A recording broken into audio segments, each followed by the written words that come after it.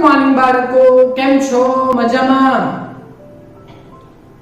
તો હવે આજે આપણે પ્રકરણ નંબર 8 વિદ્યુત ચુંબકીય તરંગો ના લાસ્ટ ટોપિક, લાસ્ટ પીરિયડ પર આપણે આજે કામ કરવાનું છે. તો એ આપણે વિદ્યુત ચુંબકીય તરંગોની લાક્ષણિકતા એક થિયરી તમારે કરવાની છે. પછી વિદ્યુત ચુંબકીય વર્ણપટમાં પણ કદાચ બે માર્કનો સવાલ અને એમસીક્યુ નું પૂછાય તો એના માટેનું તમને સંપૂર્ણ લખાવી દીધેલું છે. ઓકે, તો આજે આપણે વિદ્યુત ચુંબકીય તરંગોની તીવ્રતા એટલે ઇન્ટેન્સિટી આ એક ટોપિક જોઈ લઈએ. તો તેને અનુરૂપ તમે ઉદાહરણ 5 અને ઉદાહરણ નંબર 4 ને આપણે આજે પૂર્ણ કરી દઈએ. ઓકે, ચાલો. તો તીવ્રતા ઇન્ટેન્સિટી એટલે I આપણે કહેશું એના માટે સિમ્બોલ, અને તીવ્રતા એટલે ભાઈ કોઈ પણ વિકિરણ હોય તો એ કોઈ સપાટીમાંથી કદાચ ઉત્સર્જન પામે કે સપાટી પર અથડાય તો તેની ઊર્જા એકમ સમય દીઠ જો આપણે લેતા હોય તો આપણે એને પાવર કહીએ. કાર્ય કરવાનો દર, કાર્ય એટલે ઊર્જા, તો ઊર્જાનો દર એટલે આપણે પાવર કહીએ.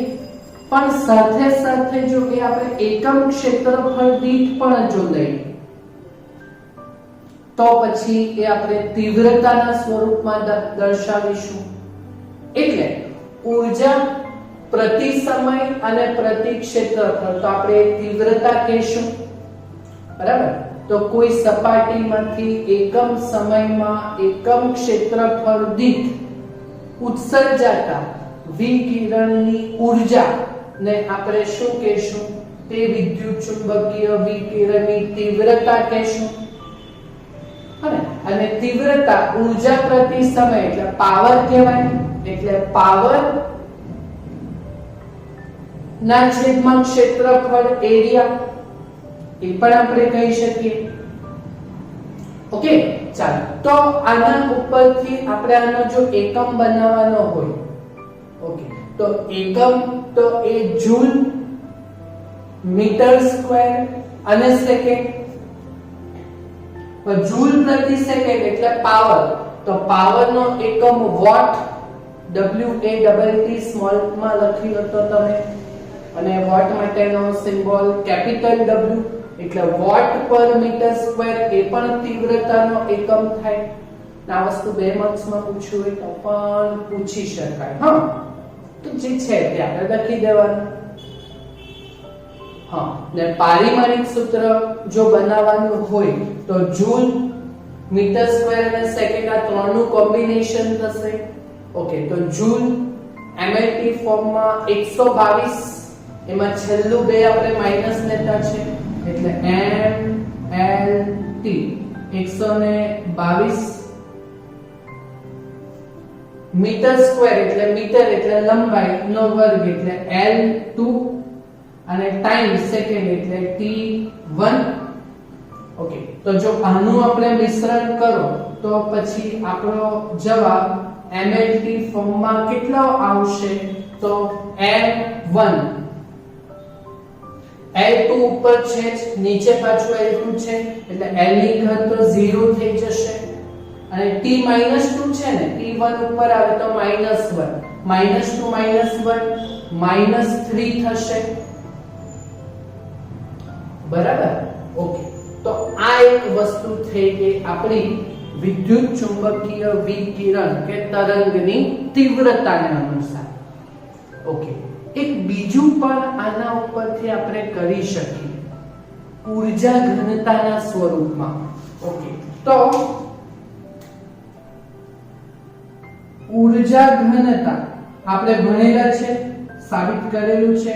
તો ઊર્જા ઘનતા ρ ના સ્વરૂપમાં વિકિરણની તીવ્રતા આપણે બતાવશું. તો એ આપણે ચોપડીમાં ડાયરેક્ટ આપેલી છે, તો લખીશું તો ડાયરેક્ટ જ. તો પણ એ કેવી રીતના આવે તે હું તમને સમજાવું. તો I બરાબર રો સી રોઝી રોસી જ્યાં રો એટલે ઊર્જા ઘનતા અને ઊર્જા ઘનતા આપણે વિદ્યુત ચુંબકીય તરંગ માટે રો ઇલેક્ટ્રિકલ વત્તા રો મેગ્નેટિક બંને કરેલી છે અને બેનો સરવાળો એ ફૂલ એપ્સિલોન 0 E સ્ક્વેર હતું કરેલું હતું બરાબર. તો આ વસ્તુના સંદર્ભે આપણી પાસે બે વસ્તુ છે. હવે આ કેવી રીતે તો જો ઊર્જા ઘનતા એટલે જૂલ પ્રતિ મીટર ક્યુબ જૂલ પર મીટર ક્યુબ અને c એટલે પ્રકાશનો વેગ એટલે જૂલ પર મીટર ક્યુબ અને c એટલે પેલો પ્રકાશનો વેગ પરિમાણિક દ્રષ્ટિએ જો તો જૂલ પર સેકન્ડ એટલે પાવર અને મીટર ક્યુબ અને મીટર એટલે છેદમાં મીટર સ્ક્વેર એટલે જૂલ પર મીટર સ્ક્વેર ઇન્ટુ સેકન્ડ એટલે ઊર્જા પ્રતિ ક્ષેત્રફળ અને પ્રતિ સમય એટલે તીવ્રતા કહેવાય. સમજ પડી તમને? એટલા એવું આ સૂત્ર આવે બરાબર. ઓકે, તો આપણે હવે એના અનુસાર આપણે તીવ્રતાના દ્રષ્ટિએ આપણી પાસે બે દાખલા છે. ઉદાહરણ 4 અને 5. આપણે પહેલા ઉદાહરણ નંબર 5 કરી લઈએ. ઓકે, જે આપેલું છે તે બહાર કાઢો. ઓકે, તો 100 વોટનો બલ્બ છે.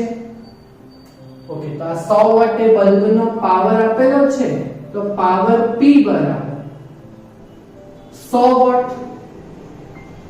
ઓકે, પણ આ છેલ્લે એમ કીધેલું છે કે ભાઈ બલ્બ આટલું વિકિરણ પાવર છે પણ એની કાર્યક્ષમતા જે છે વિકિરણને ઉત્સર્જન કરવાની તે કાર્યક્ષમતા 2.5% છે. એટલે આ જે પાવર છે તે આપણે માત્ર 100 વોટના 2.5% લેશું એટલે 100 વોટ ગુણ્યા એની કાર્યક્ષમતા 2.5% લેશું. ઓકે, તો આ પાવર કેટલો થશે તો 100 ગુણ્યા 2.5 અને ટકા કરો તો ભાગ્યા 100 એટલે આ વોટમાં થશે તો 100 અને 100 અહીંયાથી કેન્સલ થશે તો તમારો આ પાવર એ કેટલો થશે 2.5 વોટ થશે. ખબર પડી? ઓકે, અને ત્યાંથી કેટલા મીટર દૂર 3 મીટર દૂર એક વિદ્યુત ક્ષેત્ર અને ચુંબકીય ક્ષેત્ર ગણવાના છે. ઓકે, તો એ અંતર ડિસ્ટન્સ લેવો કે સ્મોલ r લેવો તો r બરાબર ધારો કે આપણે અંતર 3 મીટર છે. ઓકે, અને ત્યાં તમારે વિદ્યુત ક્ષેત્ર E પણ શોધવાનું છે અને ચુંબકીય ક્ષેત્ર B પણ શોધવાનું છે. અને આ જે પેલું ઉદ્ગમ છે બલ્બ તે ગોળો છે ગોળો તે ગોળાનું ક્ષેત્રફળ એ 4πr² આવે. સમજ પડે છે ને? ઓકે, તો તમને અહીંયા પાવર આપેલું છે અંતરે ગોળાના સ્વરૂપમાં ક્ષેત્રફળ 4πr² થાય ને E અને B આપણે શોધવાના છે. ઓકે, તો હવે આપણે અહીંયાથી તીવ્રતાના સંદર્ભમાં જઈએ તો ભાઈ વિકિરણની તીવ્રતા 1 તો I બરાબર પાવર બાય એરિયા બરાબર. ઓકે, અને એટલે પાવર બાય એરિયા એટલે પાવરના છેદમાં એરિયા બલ્બ છે એટલે ક્ષેત્રફળ એનું 4πr² થશે. સમીકરણ નંબર 1 એથી શોધવું હોય તો તીવ્રતા શોધાઈ જાય આપણે. ઓકે, ચાલો પછી બીજું આપણે વિદ્યુત અને ચુંબકીય ક્ષેત્ર શોધવાના છે એટલે તીવ્રતાની બીજી વ્યાખ્યા રોઝી પ્રમાણે I બરાબર રોઝી જ્યાં રો એટલે વિદ્યુત ચુંબકીય તરંગની ઊર્જા ઘનતા એટલે epsilon 0 E square into c rho ની વેલ્યુ લખ્યા ઇન્ટુ c તો આને આપણે કહેશું સમીકરણ નંબર 2 બરાબર. જો હવે આપણે આ બે સમીકરણને સરખાવીએ તો પહેલા વિદ્યુત ક્ષેત્ર શોધાઈ જશે E અને ચુંબકીય ક્ષેત્ર શોધવાનું છે તો E અને B વચ્ચેનો સંબંધ E/B બરાબર C તો ત્યાંથી D શોધાય છે ઓકે તો આપણે અહીંયાથી કરશું સમીકરણ 1 અને 2 ને સરખાવી ઓકે તો એપ્સિલોન 0 E²C બરાબર પાવર ના છેદમાં 4πr². ઓકે તો ચાલો E² બરાબર આપણે જો ગણતરી કરીએ તો E² બરાબર કેટલા થશે તો પાવર ના છેદમાં 4πr² into epsilon 0 into C બરાબર ચાલો પહેલા E નો વર્ગ આપણે શોધી લઈએ ઓકે તો પાવર કેટલો આપેલો છે આપણને 100 વોટ પણ એના 2.5% એટલે 2.5 ચાલો પછી 4π એટલે 4 ગુણ્યા 3.14 ગુણ્યા અંતરનો વર્ગ એ ઉદ્ગમ બિંદુ વચ્ચે લીધેલ છે ક્ષેત્રફળ અંતર 4πr² માં અંતર 3 મીટર એટલે r 3 નો વર્ગ અંતર એપ્સિલોન 0 ની વેલ્યુ હવે આ કદાચ તમે ભૂલી ગયા હશો પ્રકરણ નંબર 1 શૂન્યાવકાશની પરમિટિવિટી ઓકે તો એનું મૂલ્ય હતું 8.85 અને 10 ની -12 ઘાતમાં ઓકે અને c ની વેલ્યુ તો એ પ્રકાશનો વેગ 3 ગુણ્યા 10 ની 8 બરાબર ઓકે તો કેલ્સીમાં જો ઘાતાંકનું પહેલા કરીએ તો છેદમાં 10 ની -12 અને 8 -12 + 8 -4 ઉપર આવે તો 10 ની કેટલા થશે 4 બરાબર આ E² નો જવાબ છે બરાબર ઓકે અને આ બધાનું કેલ્ક્યુલેશન કરીએ તો 2.5 ને પછી આ બધા ભાગાકારમાં જોઈ લઈએ બરાબર ઓકે તો 2.5 ભાગ્યા 4 ભાગ્યા 3.14 ભાગ્યા 3 નો વર્ગ 9 ભાગ્યા 8.85 અને 9 સોરી 8.85 તો એટલે ભાગ્યા 8.85 બરાબર અને ભાગ્યા હજુ 3 બાકી ને ભાગ્યા 3 આ તમારો જવાબ આવશે 0.00083 કેટલો જવાબ આવશે 0.000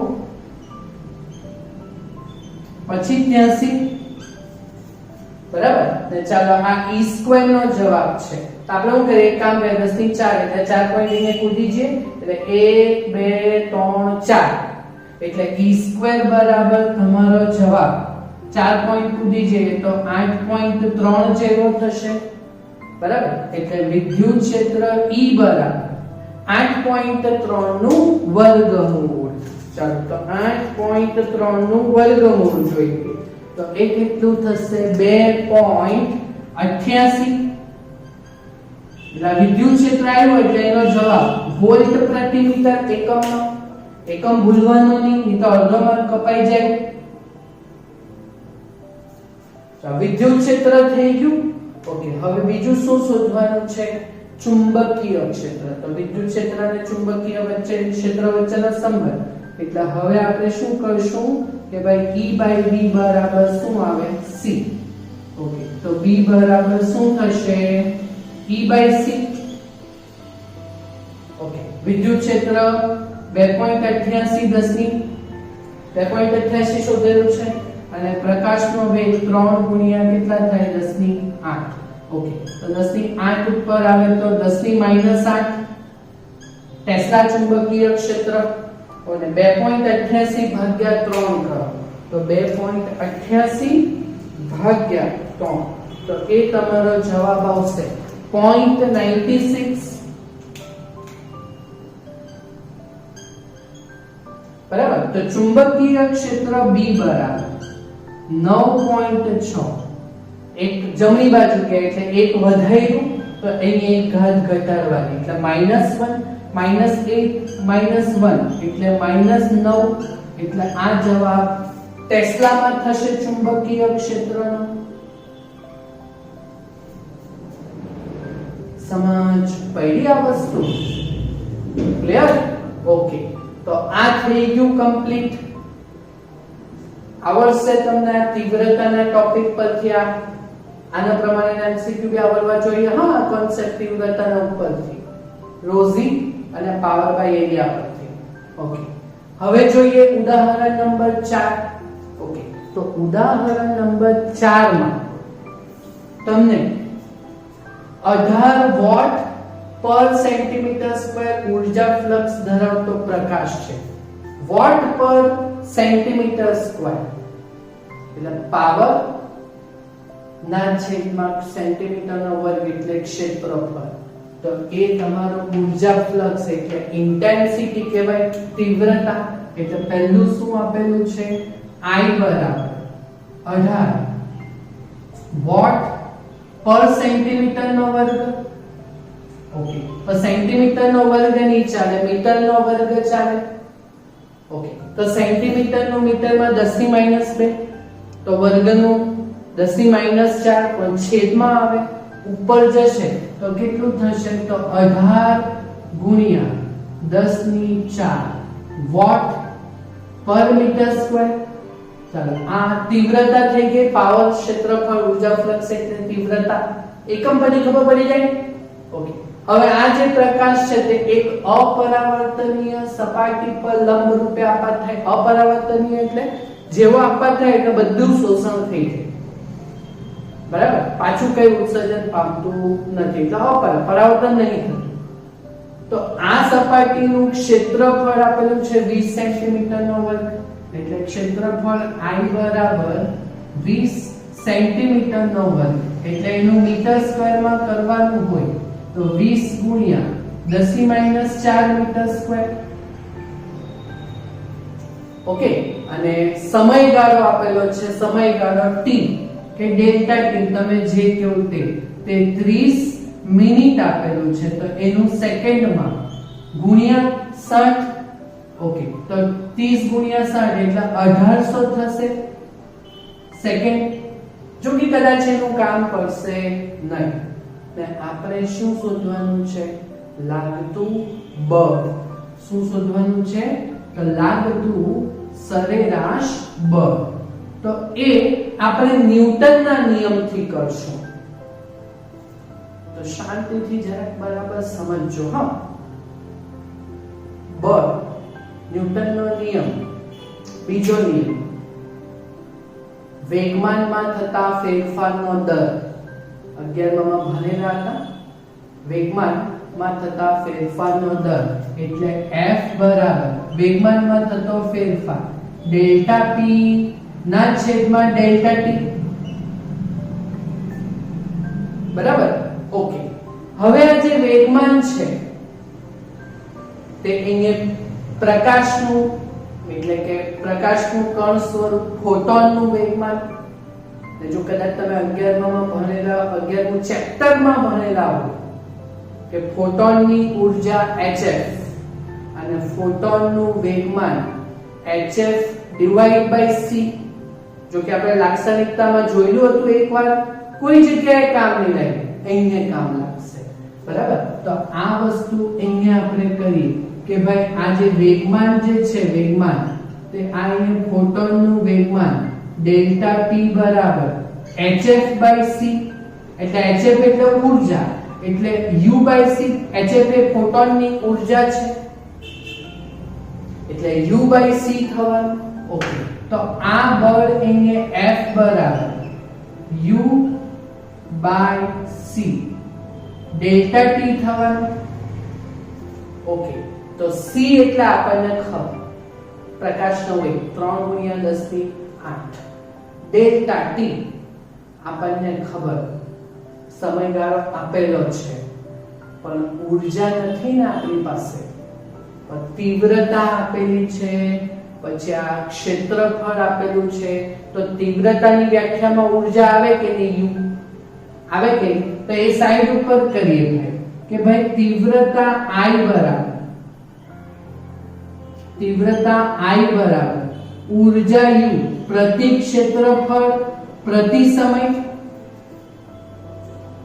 બરાબર. તો આપણે અહીંયા ઊર્જા નથી તો ઊર્જાના સૂત્રને કરતા બનાવીએ તો ભાઈ ઊર્જા u બરાબર શું થશે? તો I t થશે, u બરાબર iat થશે.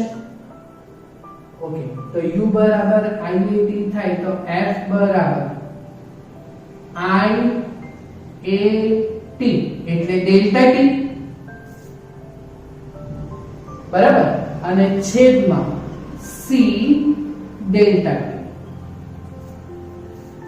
બરાબર. ઓકે, તો એ સમયગાળાનું એ કામ નહીં પડ્યું, કેન્સલ થઈ ગયું ડેલ્ટા t. તો જો બળનું સૂત્ર આપણને શું આવ્યું? F બરાબર IA/c. ઓકે, હવે જોઈ લો, I છે, A છે અને C એટલે વિદ્યુત ચુંબકીય વિકિરણનો વેગ, પ્રકાશનો વેગ. ઓકે, ચાલો વેલ્યુ મૂકી દઈએ. તીવ્રતા કેટલી આપેલી છે? 18 વોટ પર સેન્ટીમીટર સ્ક્વેર, પણ એ 18 ગુણ્યા 10⁴. જો કે ની ફેરવતે તો પણ ચાલતે, પણ નિયમ પ્રમાણે કર્યું આપણે. ઓકે, ક્ષેત્રફળ 20 સેન્ટીમીટર નો વર્ગ એટલે 20 ગુણ્યા 10⁻⁴, અને પ્રકાશનો વેગ c બરાબર 3 ગુણ્યા 10⁸. ઓકે, ચાલો તો આપણી પાસે અહીંયા બળનો જવાબ આવશે. જો 10⁴ અને -4 ઉપર તો નીકળી જવાનું, તો 10⁸ ઉપર આવે તો -8 બરાબર.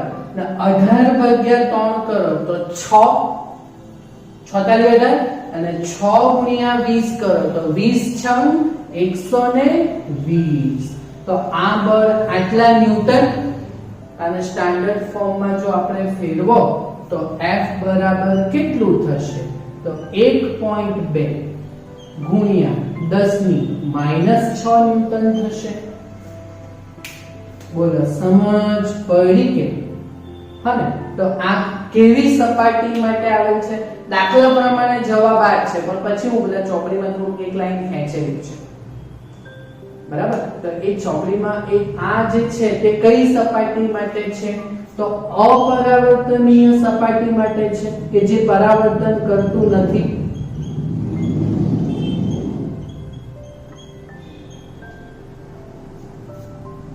ઓકે, હવે બસ આ બરાબર જ છે, પણ જો સપાટી સંપૂર્ણ પરાવર્તન કરતું હોય તો આઘાત અને પ્રત્યાઘાત બંને વખતે તો આ જે બી બળ હશે તે બમણું થશે. તો જો જવાબ પ્રમાણે આ બરાબર છે કે દાખલો પતી ગયો છે, પણ ચોપડીમાં એક વાક્ય સમજાવેલું છે બરાબર. તમે એક્ઝામમાં આટલું કરો તો ચાલે, પણ એક વસ્તુ છે ચોપડીમાં છે તો આપણે કરી દઈએ સોલ્યુશનમાં. નથી કીધેલું, ક્વેશ્ચન માર્ક મૂકેલું છે. તો જો આ સપાટી સંપૂર્ણ પરાવર્તક હોય, જો સપાટી કઈ હોત? સપાટી સંપૂર્ણ પરાવર્તનીય હોત તો પછી જે આ બળ છે F' તે આના કરતા આપાત અને પરાવર્તન બંને માટે હોત. તો આ બળ બમણું હોત, તો બમણું હોત તો આના કરતા બમણું એટલે 1.2 નું બમણું 12 × 24 એટલે 2.4 ગુણ્યા કેટલી આવશે? 10⁻⁶ ન્યૂટન બરાબર. તો આ વસ્તુ ખાલી ક્વેશ્ચન માર્કમાં મૂકેલી છે તે આ છે, પણ મેઈન જવાબ તો આપણા આ સવાલ પ્રમાણે કયો છે? આયરો. ક્લિયર થશે? આટલું જાતે શાંતિથી સમજો અને આ બે દાખલા જાતે કરો. ઓકે, તો આ છે આપણું પ્રકરણ નંબર 8. સહેલું હતું, ઈઝી છે, આવડશે ને? ઓકે, તો આટલું તમે કમ્પ્લીટ કરજો. તો હવે આપણું માત્ર એક ચેપ્ટર બાકી રહ્યું પાર્ટ 1 માં, તે છે પ્રકરણ નંબર 7. તો એ જ્યારે પણ થશે તો એ આપણે આગળ વધારીશું. Okay, thank you very much.